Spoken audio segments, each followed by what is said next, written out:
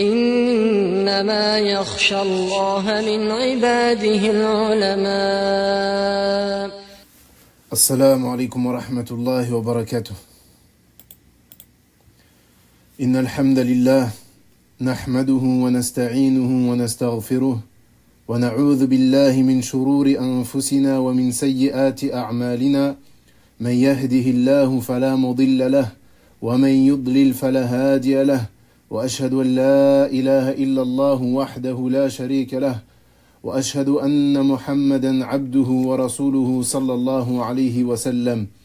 يا أيها الذين آمنوا اتقوا الله حق تقاته ولا تموتن إلا وأنتم مسلمون.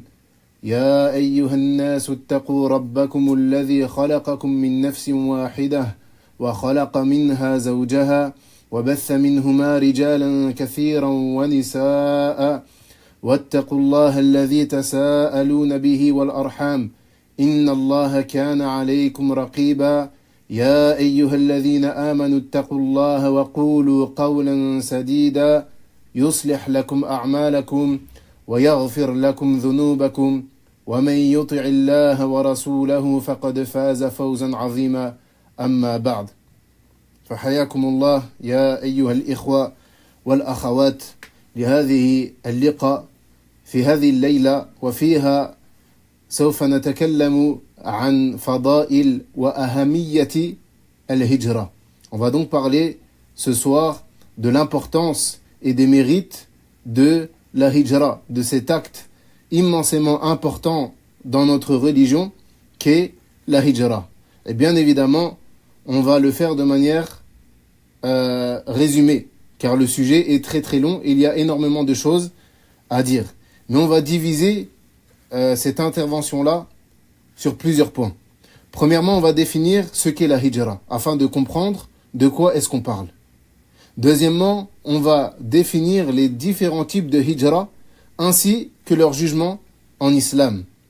Troisièmement, on va parler des premiers à avoir accompli ce noble acte d'adoration qu'est la hijra. Quatrièmement, on va parler des textes qui encouragent à accomplir la hijra. Cinquièmement, on va parler des méfaits de vivre dans les terres de mécréance. Et cinquièmement, on va donner des conseils généraux en ce qui concerne la hijra. Et comme on l'a dit à la fin, on va prendre des questions en lien avec ce sujet-là. Donc premièrement, comme on l'a dit, on va définir ce qu'est la hijra. Premièrement, qu'est-ce que la hijra? Qu'est-ce que veut dire la hijra? Al-hijratu fil lugha hiya at-tark. Dans la langue arabe, la hijra, c'est le fait de délaisser. C'est le fait de délaisser. Wa istilahan hiya al-intiqal min balad ash-shirk ila balad al-islam. Et dans la religion, ce qui est voulu par la hijra, c'est le fait de partir, de délaisser une terre de mécréance vers une terre de quoi? Vers une terre d'islam. C'est ça ce qu'on appelle la hijra en islam. Le fait de délaisser une terre de koufr vers une terre et de se diriger vers une terre de quoi? Vers une terre d'islam. Et également, il est important de définir ce qu'est une terre d'islam. Et beaucoup de personnes ont des shubuhat à propos de ce sujet-là. Ils disent, Taïb, vous voulez qu'on accomplisse la hijra. Mais il n'y a pas de pays musulman aujourd'hui. Car il y a très peu, ou bien ils disent, il y a seulement l'Arabie Saoudite. Vu qu'il n'y a que l'Arabie Saoudite, qui juge avec les lois d'Allah Azzawajal. Et peut-être d'autres pays à côté. Comment on répond à cette ambiguïté? Ils n'ont pas compris ce qu'était la terre d'islam. La terre d'islam, c'est une terre. C'est une terre où la majorité des personnes sont musulmans et où les préceptes religieux sont apparents, comme les veines, comme la prière du Jumu'ah, comme la prière du Eid, etc. C'est ça une terre d'islam. Même si dans ce pays-là, on ne juge pas avec les lois d'Allah subhanahu wa ta'ala, à partir du moment où le gouverneur ou le dirigeant est musulman, et que la majeure partie de cette terre-là est musulmane, et que les rites apparents de l'islam sont apparents, c'est une terre d'islam.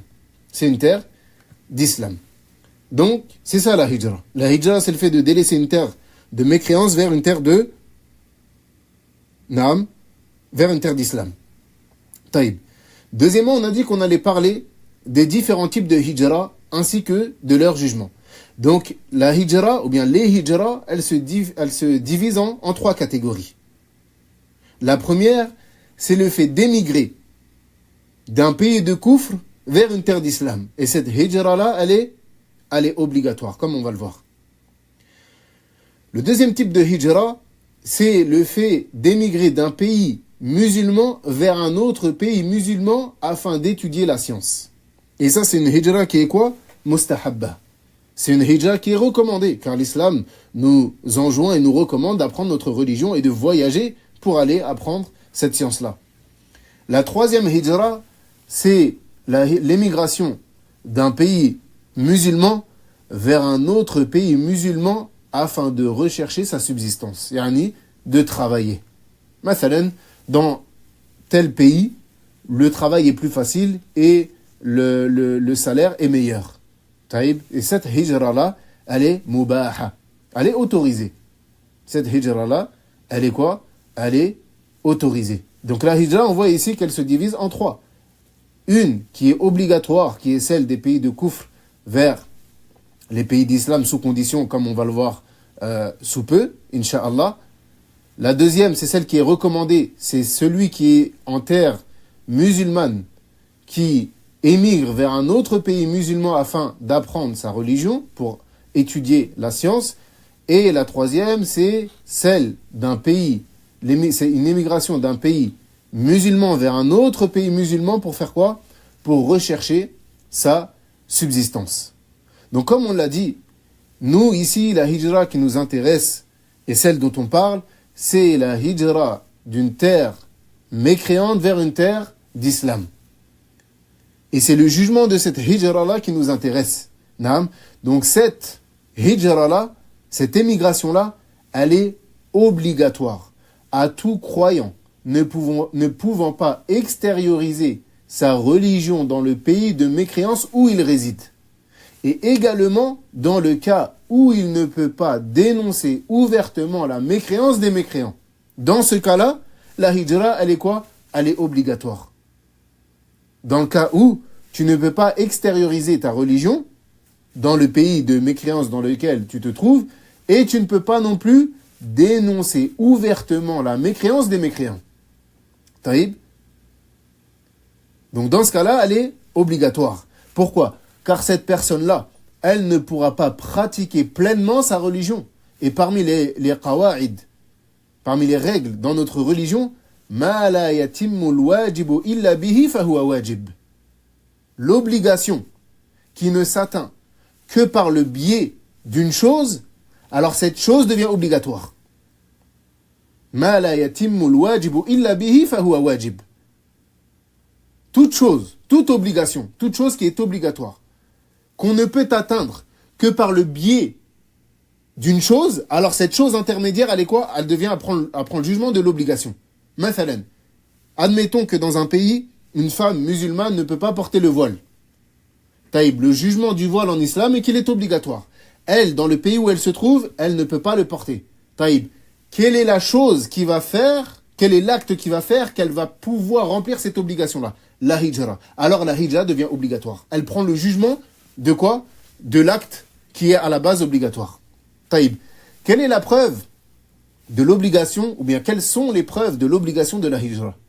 يقول الله سبحانه وتعالى إن الذين توفاهم الملائكة ظالمي أنفسهم قالوا فيما كنتم قالوا كنا مستضعفين في الأرض قالوا ألم تكن أرض الله واسعة فتهاجروا فيها فأولئك مأواهم جهنم وساءت مصيرا إلا المستضعفين من الرجال والنساء والولدان لا يستطيعون حيلة ولا يهتدون سبيلا فأولئك عسى الله أن يعفو عنهم وكان الله عفوا غفورا.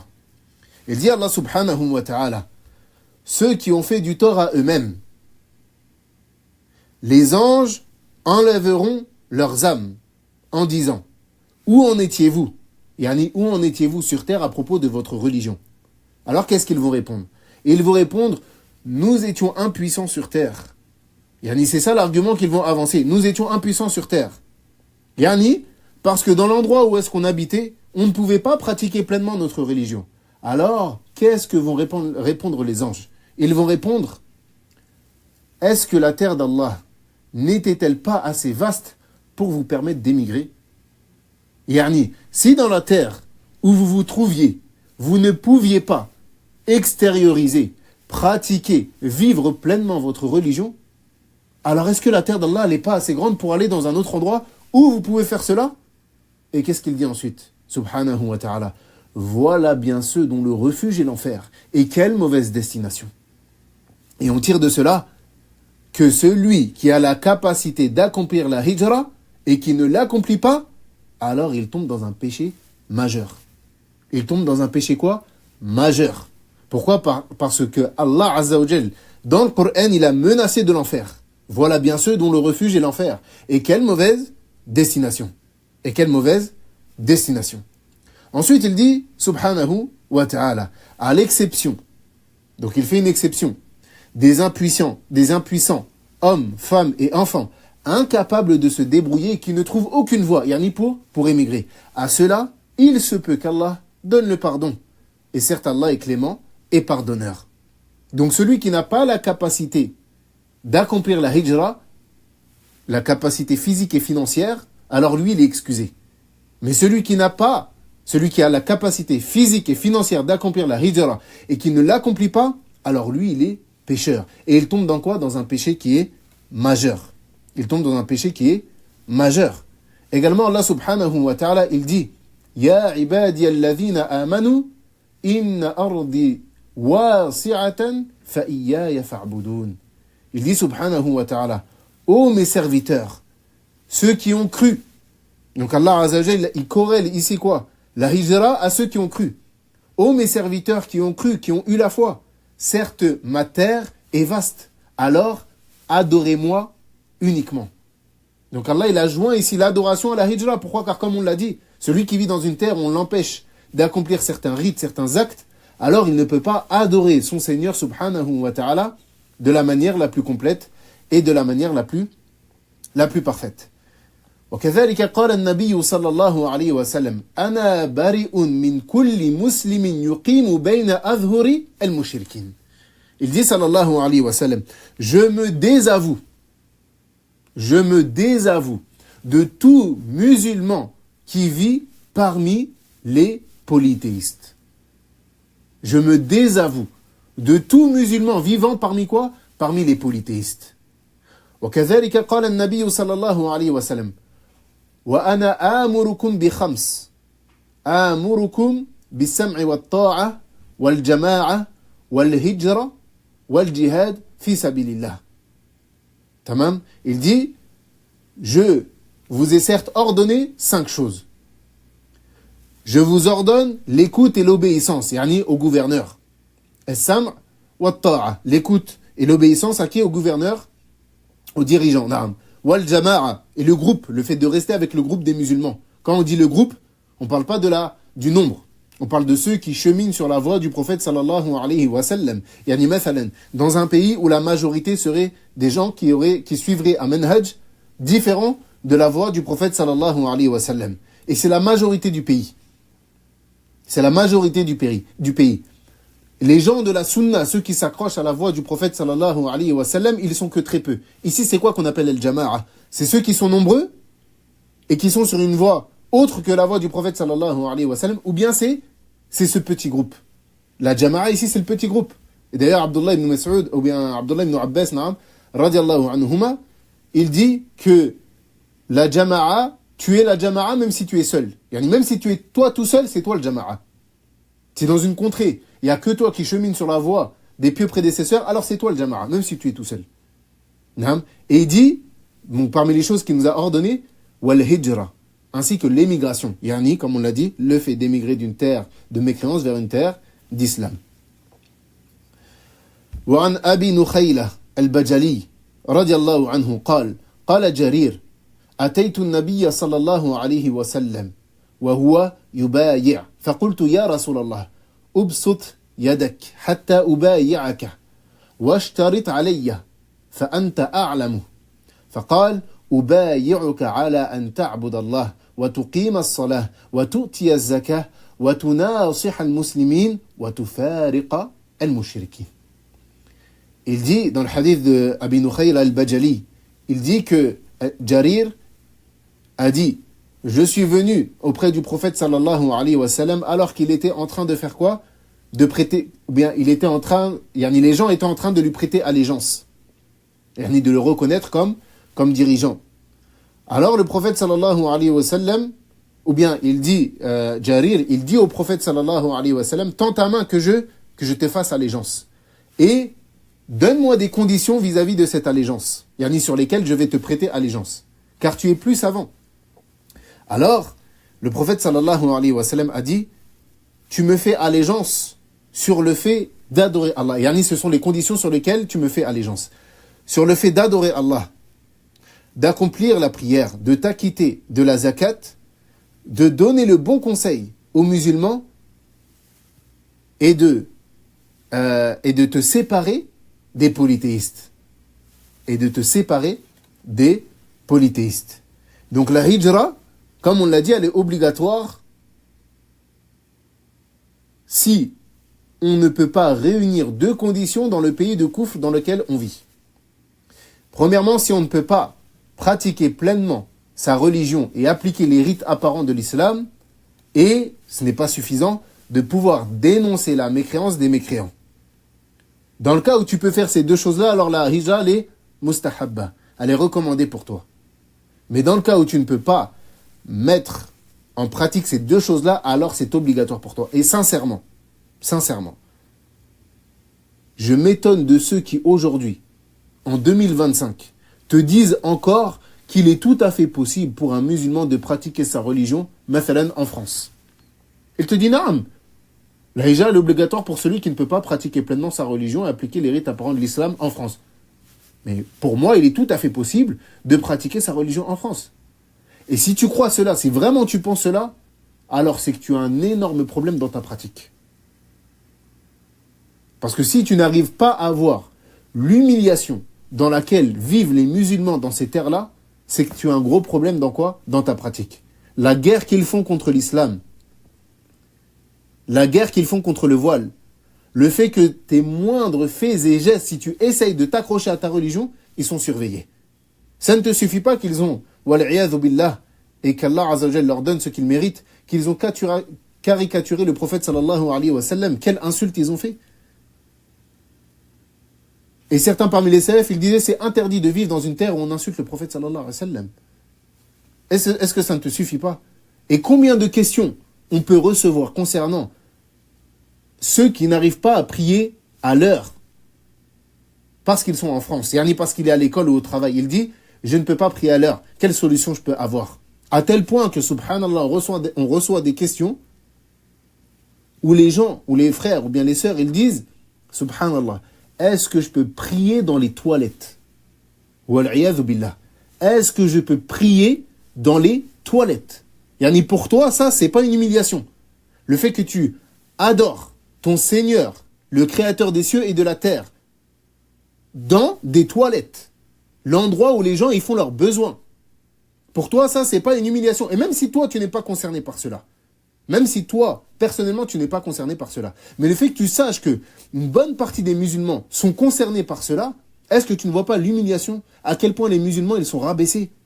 Adorer ton Seigneur, poser mon front au sol dans des toilettes, alors que tu n'accepterais aucun rendez-vous dans cet endroit-là. Si une personne te donnait rendez-vous dans des toilettes, tu dirais, mais quel manque de respect elle me donne.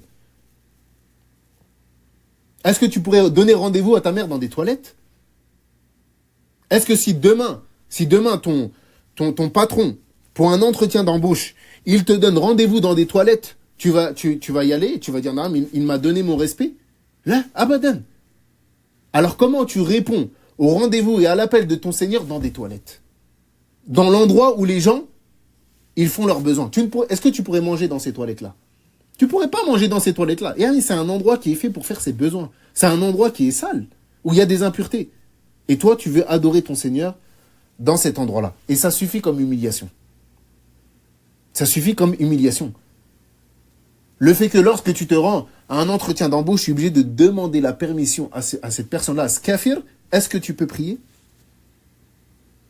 Ou bien que tu pries dans un placard, et tu as peur qu'on ouvre la porte et qu'on te voit, pour toi, ça, ce n'est pas une humiliation. Alors que parmi les conditions de la prière, al-khushu' wa at-tu'manina, parmi les conditions, parmi les piliers, pas les conditions, parmi les piliers de la prière, la quiétude.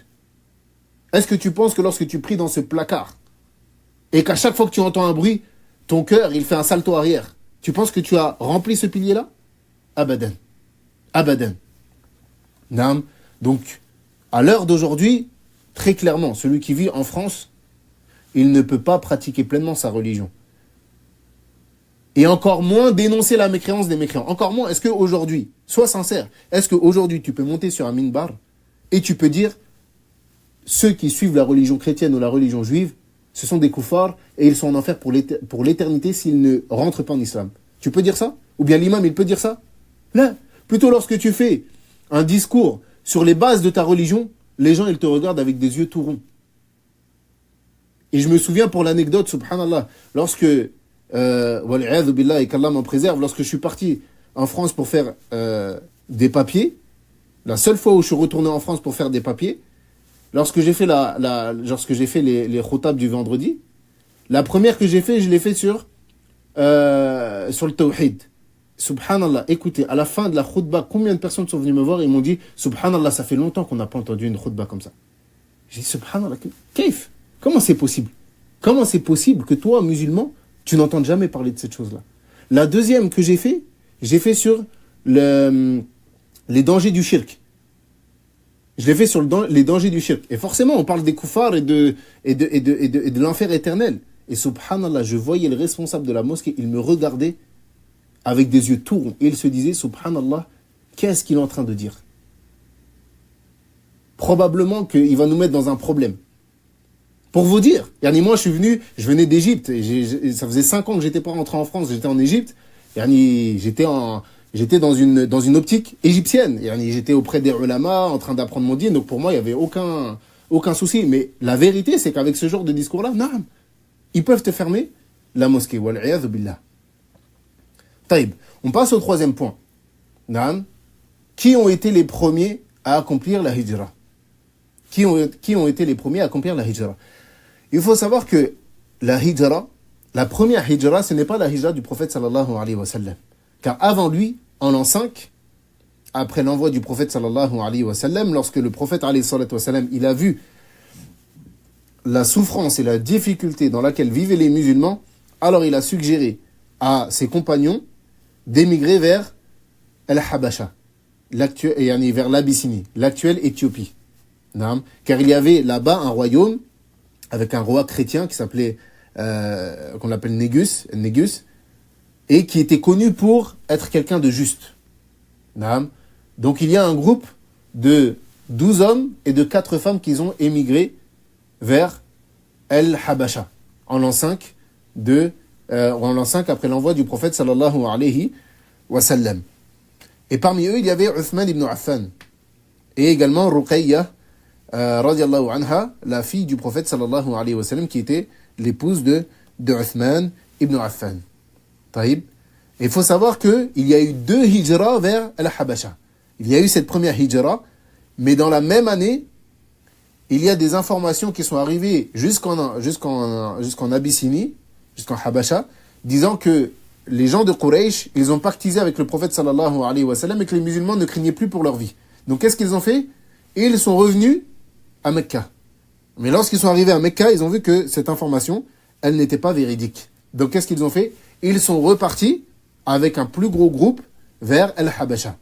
Mais il y avait notamment, à la tête de ce convoi-là, il y avait Ja'far ibn Abi Talib, le cousin du prophète sallallahu alayhi wa sallam, le frère de Ali ibn Abi Talib, le fils de Abu Talib, l'oncle du prophète sallallahu alayhi wa sallam. Et dans ce convoi-là, ils étaient combien? Ils étaient 83. Sans compter les femmes et les enfants. Et si je me souviens bien, il y avait 18 femmes. 83 hommes et 18 femmes. Taïb. Et ensuite, il y a eu la hijra du prophète sallallahu alayhi wa sallam qui a eu lieu en l'an 13. En l'an 13, le prophète sallallahu alayhi wa sallam a émigré de la Mecque vers Médine. Il a émigré de la Mecque vers Médine avec son compagnon Abu Bakr radiallahu anhu. Taïb. Donc ça, c'est l'histoire de la hijra. La première hijra, il y a eu en tout, à l'époque du prophète sallallahu alayhi wa sallam, comme on l'a dit, 3 hijras, 2 vers Al-Habasha, vers l'Abyssinie, l'actuelle Éthiopie, et une vers Médine. Et celle vers Médine, c'est celle à laquelle a participé le prophète sallallahu alayhi wa sallam. Taïb.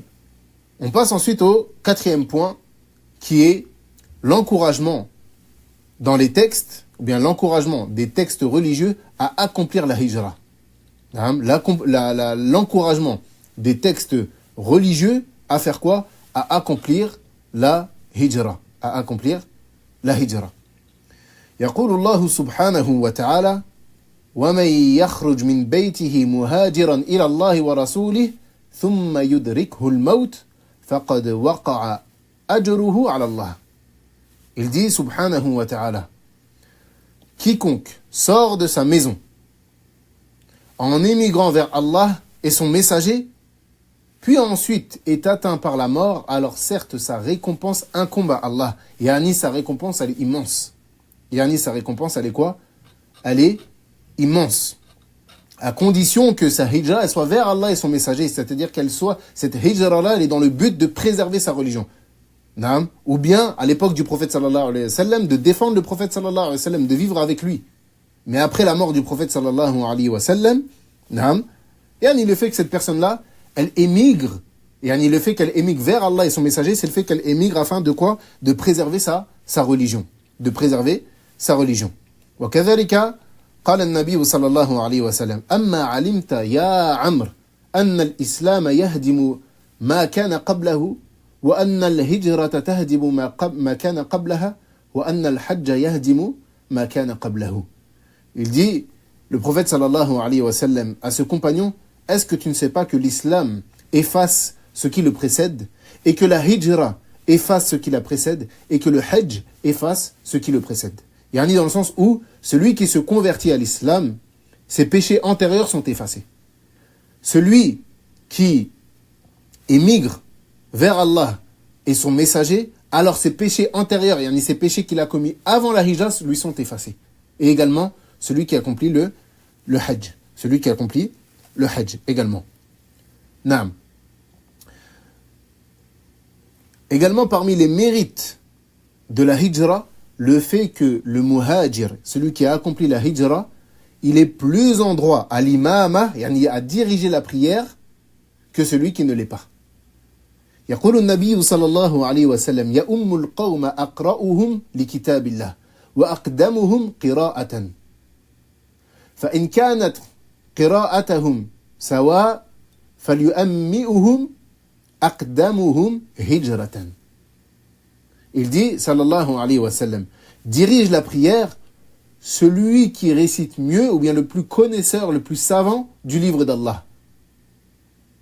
Et si ils sont dans la récitation pareille, équivalent, dans une autre version, il dit, alors celui qui est le plus savant de la sunna. Il dit, ici, ils sont équivalents. Donc, ils sont équivalents dans la mémorisation du Coran. Ils sont équivalents dans la connaissance de la sunna. Il dit, le plus vieux dans la hijra. C'est-à-dire que si 2 personnes ont accompli la hijra et se retrouvent dans un endroit, tamam, où on se demande qui d'entre les 2 va diriger la prière. Et qu'ils sont pareils dans la mémorisation du Coran. Ils ont mémorisé la même chose du Coran. Ils sont aussi connaisseurs de la sunna l'un que l'autre. Comment est-ce qu'on les départage? Le premier qui a accompli la hijra. Celui qui a accompli la hijra le plus tôt, alors c'est lui qui dirige cette prière-là. Également, parmi les mérites de la hijra, le fait que le prophète sallallahu alayhi wa sallam a dit qu'elle n'avait pas d'équivalent. يقول عن كثير بن مرة أن أبا فاطمة رضي الله عنه حدثه أنه قال يا رسول الله حدثني بعمل أستقيم عليه وأعمله قال له رسول الله صلى الله عليه وسلم عليك بالهجرة فإنه لا مثل لها. Il dit, j'ai questionné le prophète sallallahu alayhi wa sallam en lui disant, informe-moi d'une œuvre informe-moi d'une œuvre sur laquelle je vais me tenir droit et que je vais mettre en application. Alors le prophète sallallahu alayhi wa sallam lui a dit, accompli la hijra, car certes, elle n'a pas d'équivalent. A accompli la hijra, car certes, elle n'a pas d'équivalent. Également, parmi les textes qui nous montrent les mérites de celui qui accomplit la hijra, le fait que parmi les premières personnes à rentrer au paradis, les muhajirun, ceux qui ont accompli la hijra. Ceux qui ont accompli la hijra. يقول النبي صلى الله عليه وسلم أتعلم أول زمرة تدخل الجنة من أمتي فقال المهاجرون. Le prophète sallallahu alayhi wa sallam a dit, est-ce que tu sais quel est le premier groupe à rentrer au paradis parmi ma communauté? Alors il a répondu, les muhajirun. Naam, il a répondu, les muhajirun, ceux qui ont accompli la hijra. Et également, une chose qui nous montre l'importance de la hijra, c'est le fait que le seul cas de figure où il est autorisé à la femme de voyager seule sans mahram, c'est pour accomplir la hijra. Car le prophète sallallahu alayhi wa sallam a dit, لا يحل لامرأة تؤمن بالله واليوم الآخر أن تسافر إلا بمحرم. Il dit le prophète sallallahu alayhi wa sallam, il n'est pas permis à la femme qui croit en Allah et au jour du jugement dernier de voyager si ce n'est avec un mahram. Mais Allah Azza wa Jalla dit dans le Coran, يا أيها الذين آمنوا إذا جاءكم المؤمنات مهاجرات فامتحنوهن الله أعلم بإيمانهن فإن علمتموهن مؤمنات فلا ترجعوهن إلى الكفار. Il dit Allah subhanahu wa ta'ala, ô vous qui avez cru, s'il vient à vous les croyantes qui ont accompli la hijra, alors testez-les, yani testez leur foi. Il dit ensuite, Allahu a'lamu bi imanihin. Et certes, Allah est plus savant de leur foi. Et il dit, fa in alimtumuhunna mu'minat. Et si vous prenez conscience que ce sont vraiment des croyantes, fala tarji'uhunna ila al-kuffar. Alors ne les renvoyez pas vers quoi? Vers les kuffars. Ne les renvoyez pas vers quoi? Vers les kuffars. Naam. Et les savants, ils tirent de ce verset-là que ce verset est une preuve que la femme qui veut accomplir la hijra, alors il lui est permis de voyager seule sans mahram. Et c'est le seul cas où il est permis de le faire. C'est le seul cas où il est permis à la femme de quoi? De voyager sans mahram. Taïb. On passe donc au cinquième point. On passe au cinquième point, qui est les méfaits de vivre dans les terres de Kufr. Quels sont les méfaits? Quelles sont les choses qui vont découler du fait de vivre dans les terres de Kufr? Le premier méfait, la première chose, c'est le fait que la croyance de la personne va devenir faible. Ainsi que quoi? Que l'alliance et le désaveu. Et la question d'al-wala wal-bara, de l'alliance et du désaveu, c'est une question qui est directement liée à quoi? Au tawhid. Donc le fait de vivre dans ces pays-là, ça va affaiblir la croyance de la personne. Et ça va affaiblir également quoi? Son alliance et son désaveu. Car bien évidemment, le fait de vivre parmi eux, yani tu ne peux pas te désavouer d'eux de la meilleure des manières si tu vis parmi eux. Naam. Et probablement que tu vas être touché par certaines choses. Naam. Et également, celui qui vit parmi les polythéistes, son cœur, il va mourir petit à petit. Dû à quoi? Dû à la perversité qu'il voit au quotidien et au kufr qui est omniprésent. Et il peut même arriver au stade où il va faire quoi? Il va secourir les mécréants contre les musulmans. Et ça, c'est des choses qui se voient. Naam. Et quand on parle de croyance, il n'y a qu'à voir le fait d'envoyer ses enfants dans les écoles des koufars, où on leur apprend des choses totalement en contradiction avec la croyance islamique. Lorsqu'on t'apprend la théorie de Darwin, le fait que les singes sont devenus des hommes, la théorie du Big Bang, et que tu n'as pas le droit, tu n'as pas le droit de reconnaître un Seigneur. Tu n'as pas le droit de reconnaître un Seigneur. Bien évidemment que l'enfant, par exemple, sa croyance va faiblir. Donc parmi les méfaits, le fait que la croyance va s'affaiblir. Également parmi les méfaits, le fait d'être pris par les ambiguïtés concernant quoi? Sa religion. Et combien de personnes tu vois en France, musulmans, qui voient celle qui porte le voile comme une extrémiste, qui voient celui qui porte la barbe comme un extrémiste, qui voit celui qui veut absolument prier à l'heure comme un extrémiste, qui voit celui qui veut absolument prier à la mosquée comme un extrémiste, ou bien qui voit celui qui refuse de serrer la main à une femme, ou bien celui qui refuse d'écouter de la musique, il le voit comme quoi? Comme un extrémiste, malgré le fait que lui, il est musulman. Pourquoi? Parce qu'il a été pris par les ambiguïtés des koufars. Et à la fin, tu le vois même à la fin faire quoi? Combattre ce genre de choses-là. Ou bien venir à la télé et dire oui, le voile n'est pas obligatoire, comme beaucoup l'ont fait parmi même les imams. Enfin, si on peut appeler ça même des imams. Ils se sont présentés sur des plateaux télé et ils ont été rabaissés. Ils se sont rabaissés devant les koufars en disant là, le voile n'est pas obligatoire en islam. Ou bien même, j'ai souvenir de Tariq Ramadan, une fois qu'il dit, lorsqu'il a été questionné, est-ce que les lois d'Allah sont au-dessus des lois de la République? Où il répond que là, les lois de la République sont au-dessus des lois d'Allah. Wal'iyadhu billah. Quelle parole affreuse que de placer la loi des hommes au-dessus de la loi d'Allah subhanahu wa ta'ala. Et cet acte-là, et je dis pas lui, cet acte-là, c'est un acte de koufr majeur. Attention, je dis pas lui. L'acte qu'il a fait, c'est un acte de koufr majeur, de mécréance majeure. Le fait d'avoir pour croyance, ou bien de dire que, autre que la loi d'Allah subhanahu wa ta'ala, elle est au-dessus, ou bien qu'elle est meilleure, ou bien qu'elle est même égale à la loi d'Allah subhanahu wa ta'ala. Ça, c'est du koufr majeur qui fait sortir de l'islam. Également, parmi les méfaits de vivre en terre de koufr, le fait que le cœur va quoi? Va mourir. Et également que la personne, elle ne va plus ressentir de jalousie vis-à-vis de quoi? De sa religion. Pourquoi? Car il voit le blâmable en permanence et il ne peut pas le condamner. Il voit le blâmable en permanence et il ne peut pas le blâmer, il ne peut pas le condamner. Et combien de personnes, mathalan, qui parfois ont voyagé en terre d'islam, ou bien même ont étudié, et j'en connais personnellement, lorsqu'ils sont rentrés en France, au début, ils te disent, subhanallah, je ne peux pas vivre ici, ce n'est pas possible. Et au bout de 2 semaines, 3 semaines, lui-même, il voit que son cœur, Et Annie, il s'est habitué à voir cette chose-là. Il s'est habitué à voir ce façade-là et cette perversité. Également, parmi les méfaits, le fait de succomber à ses passions. Pourquoi?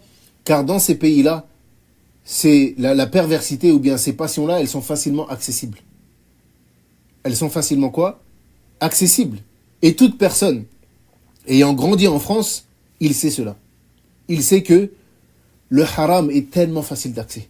Que ce soit la fornication, que ce soit la drogue, que ce soit l'alcool, que ce soit la musique, que ce soit les relations hors mariage et toutes ces choses-là. C'est facilement accessible. Et c'est pour ça que tu vois que bon nombre de jeunes qui ont grandi dans des pays musulmans, lorsqu'ils partent dans des pays de koufr, ils dévient complètement. Pourquoi? Parce que dans son pays, peut-être que pour consommer de l'alcool, c'était quelque chose de difficile. Il fallait qu'il marche je ne sais combien de kilomètres, c'était quelque chose de caché, il y avait encore la honte vis-à-vis des gens. Mais quand il arrive dans ces pays-là, il voit que c'est un buffet à volonté. Choisis ce que tu veux. C'est très simple. Tu veux acheter de l'alcool, descends en bas de chez toi, la première épicerie avant de l'alcool. Tu veux acheter de la drogue, descends dans la première cité la plus proche de chez toi, tu vas acheter de l'alcool. Tu vas acheter de la drogue. Tu veux la fornication, c'est très simple. La prostitution, elle est présente. Wal'iyadhu billah. Tout est facile d'accès. Tous les péchés sont faciles d'accès. Wal'iyadhu billah. Également, parmi les méfaits de vivre dans ces pays-là, le fait qu'il se voit contraint de délaisser certaines obligations de sa religion. Que ce soit, mathalan, le voile, pour celle qui est au lycée. La jeune fille qui est au lycée, ou bien même celle qui travaille. Combien de sœurs également, elles questionnent. Naam, je suis en difficulté. Je trouve pas de travail. Le seul travail que je trouve, il me demande d'enlever mon voile. Est-ce que c'est permis pour moi de l'enlever? Regardez. Regardez à quel point on devient humilié. C'est un kafir qui va te dire si tu dois porter ton voile ou pas. Ou bien que lui, il ne prie pas à l'heure et qu'il dit est-ce que je peux rattraper mes prières le soir, toutes ensemble. T'es obligé. Pourquoi? Il va te dire oui mais j'ai une famille à nourrir. Et je trouve pas de travail et je trouve pas ceci. Regardez. Ça, c'est des cas concrets. Que tout le monde, il peut voir ça de ses propres yeux. Également, parmi les méfaits, qui est lié avec ce point-là, le fait de chercher n'importe quelle divergence pour te faciliter. Et de suivre les avis qui sont de base rejetés. Ici, tu cherches pas la vérité, mais tu cherches simplement un avis qui va te permettre de faire ça. Mathalan, est-ce que j'ai le droit de regrouper les prières? Est-ce que j'ai le droit de regrouper les prières à cause de l'école? Qui n'est pas une excuse valable. Naam. Ou bien il cherche n'importe quelle excuse pour délaisser une obligation. Naam. Pourquoi? Parce que il a une pression sur lui. Naam. Il a une pression sur lui. Et également, parmi les méfaits de vivre en terre de coufre, la perte du bon comportement. Pourquoi? Parce que comme on le dit, an-nafs sariqa. L'âme, elle est voleuse.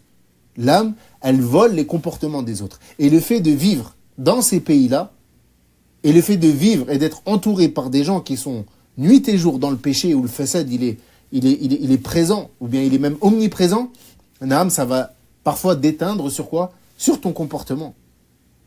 Ça va déteindre sur quoi? Sur ton comportement. Et combien de personnes, mathalan, si on prend,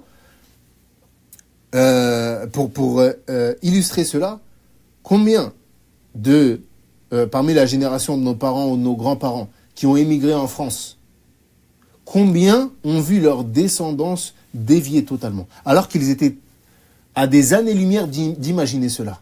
Lui, il a émigré pour donner une meilleure situation à ses enfants, à sa famille. Il a dit, je veux qu'ils étudient mieux, qu'ils aient plus de portes ouvertes devant eux, qu'ils soient dans un meilleur confort. Et à la fin, tu vois que son fils, il se fait tuer, son fils, il devient dealer, son fils, il est dans la drogue, sa fille, elle ramène un enfant hors mariage. Et il était à des années-lumière d'imaginer cela, malgré le fait que lui, il a essayé de l'éduquer sur les principes de l'islam. Mais il y a dehors. À l'école, ce n'est pas toi qui l'éduques. Et la preuve en est, en France, tu ne peux même pas éduquer ton enfant. Si tu gifles même ton enfant, maintenant même l'enfant, il peut aller porter plainte. Et on peut te retirer la garde. C'est ton enfant. Là, c'est plus ton enfant. C'est l'enfant de l'État. C'est l'enfant de la République. Tu ne peux pas faire ce que tu veux avec ton enfant.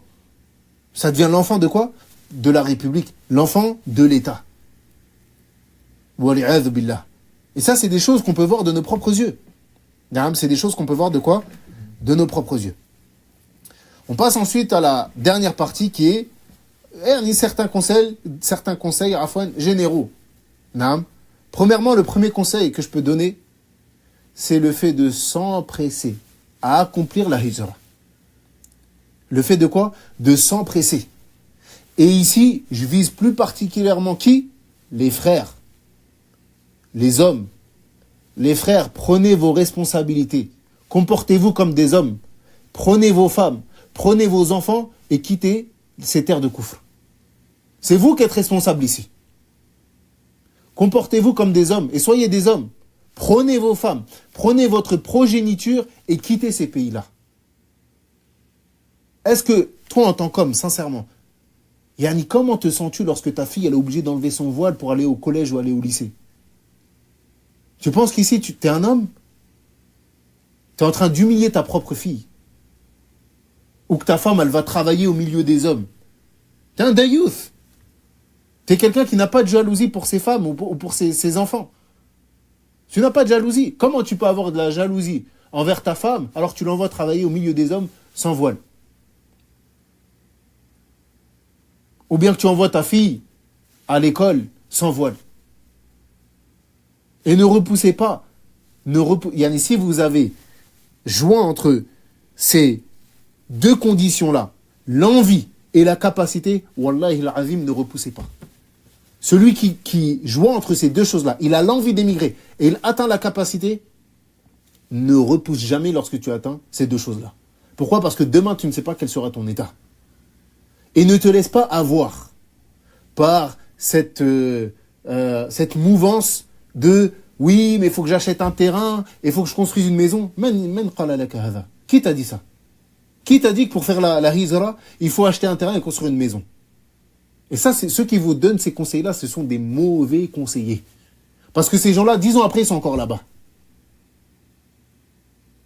Et le fait de vouloir faire la hijra, c'est pas comme beaucoup le font. À la sortie du masjid, on parle avec 2-3 frères, ouais, les frères la hijra, ouais, talab al-ilm, etc. Là, c'est pas ça. Alors qu'en réalité, il met rien de côté. Là, fais les causes concrètement. Serre-toi la ceinture, mets de l'argent de côté et pars. Et comme je le dis tout le temps aux frères, la seule chose que tu vas regretter une fois que tu seras parti, tu sais ce que c'est? C'est de ne pas être parti plus tôt. C'est le seul regret que tu vas avoir. Le fait d'avoir mis autant de temps à faire quoi? À partir.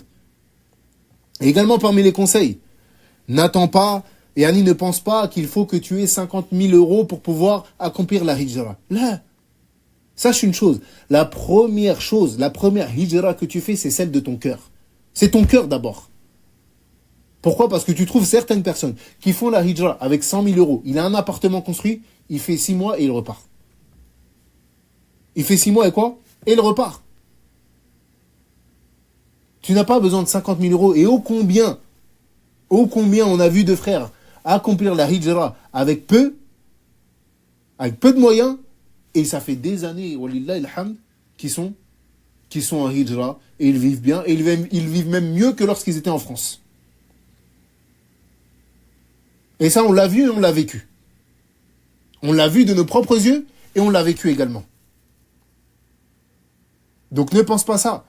Sache que celui qui te donnait ton risque lorsque tu étais en France, ce sera le même, subhanahu wa ta'ala, qui te donnera ton risque lorsque tu seras dans cette terre-là. Est-ce que tu penses qu'Allah il va t'oublier? Est-ce que tu as... ça nous amène au conseil suivant. Est-ce que tu ne vas pas placer ta confiance en Allah subhanahu wa ta'ala? Est-ce que tu ne vas pas croire en la promesse d'Allah subhanahu wa ta'ala qui te dit dans le Coran وَمَنْ يُهَاجِرْ فِي سَبِيلِ اللَّهِ يَجِدْ فِي الْأَرْضِ مُرَاغَمًا كَثِيرًا وَسَعَةً. Il te dit Allah Azza wa Jal, c'est pas ma parole, c'est la parole d'Allah subhanahu wa ta'ala. Celui qui émigre dans le sentier d'Allah, alors il trouvera sur la terre des biens en abondance. Et encore une fois, c'est des choses qu'on a vues et qu'on a vécues. Ô combien de personnes se sont accrochées à leur religion alors qu'elles étaient en hijra et qu'elles vivaient une passe difficile et qu'Allah Azza wa Jal a facilité. Et Allah Azza wa Jal, il te dit dans Surat At-Talaq وَمَنْ يَتَّقِ اللَّهَ يَجْعَلْ لَهُ مَخْرَجًا وَيَرْزُقْهُ مِنْ حَيْثُ لَا يَحْتَسِبُ وَمَنْ يَتَوَكَّلْ عَلَى اللَّهِ فَهُوَ حَسْبُهُ. Il dit subhanahu wa ta'ala, et celui qui craint Allah, وَمَنْ يَتَّقِ اللَّهَ يَجْعَلْ لَهُ مَخْرَجًا, et celui qui craint Allah, alors Allah il va lui accorder quoi? Une issue favorable. وَيَرْزُقْهُ مِنْ حَيْثُ لَا يَحْتَسِبُ, et il lui accordera des biens de là où est-ce qu'il ne s'y attend pas.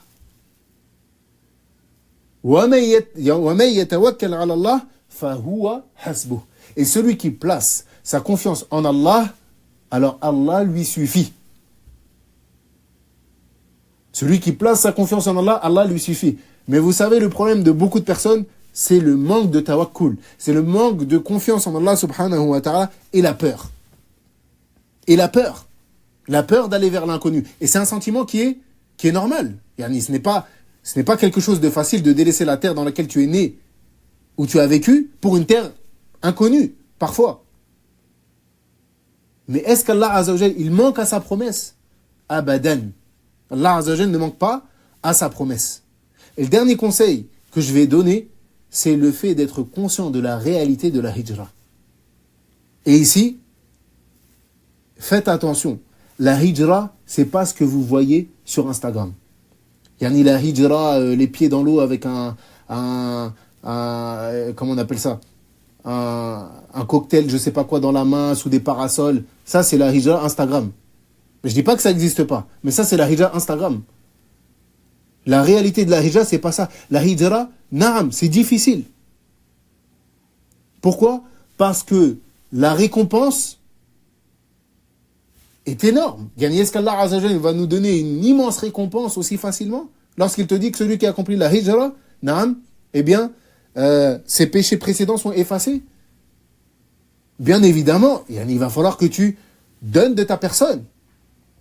Et d'ailleurs, Allah subhanahu wa ta'ala, il dit Inna alladhina amanu wa hajaru wa jahadu.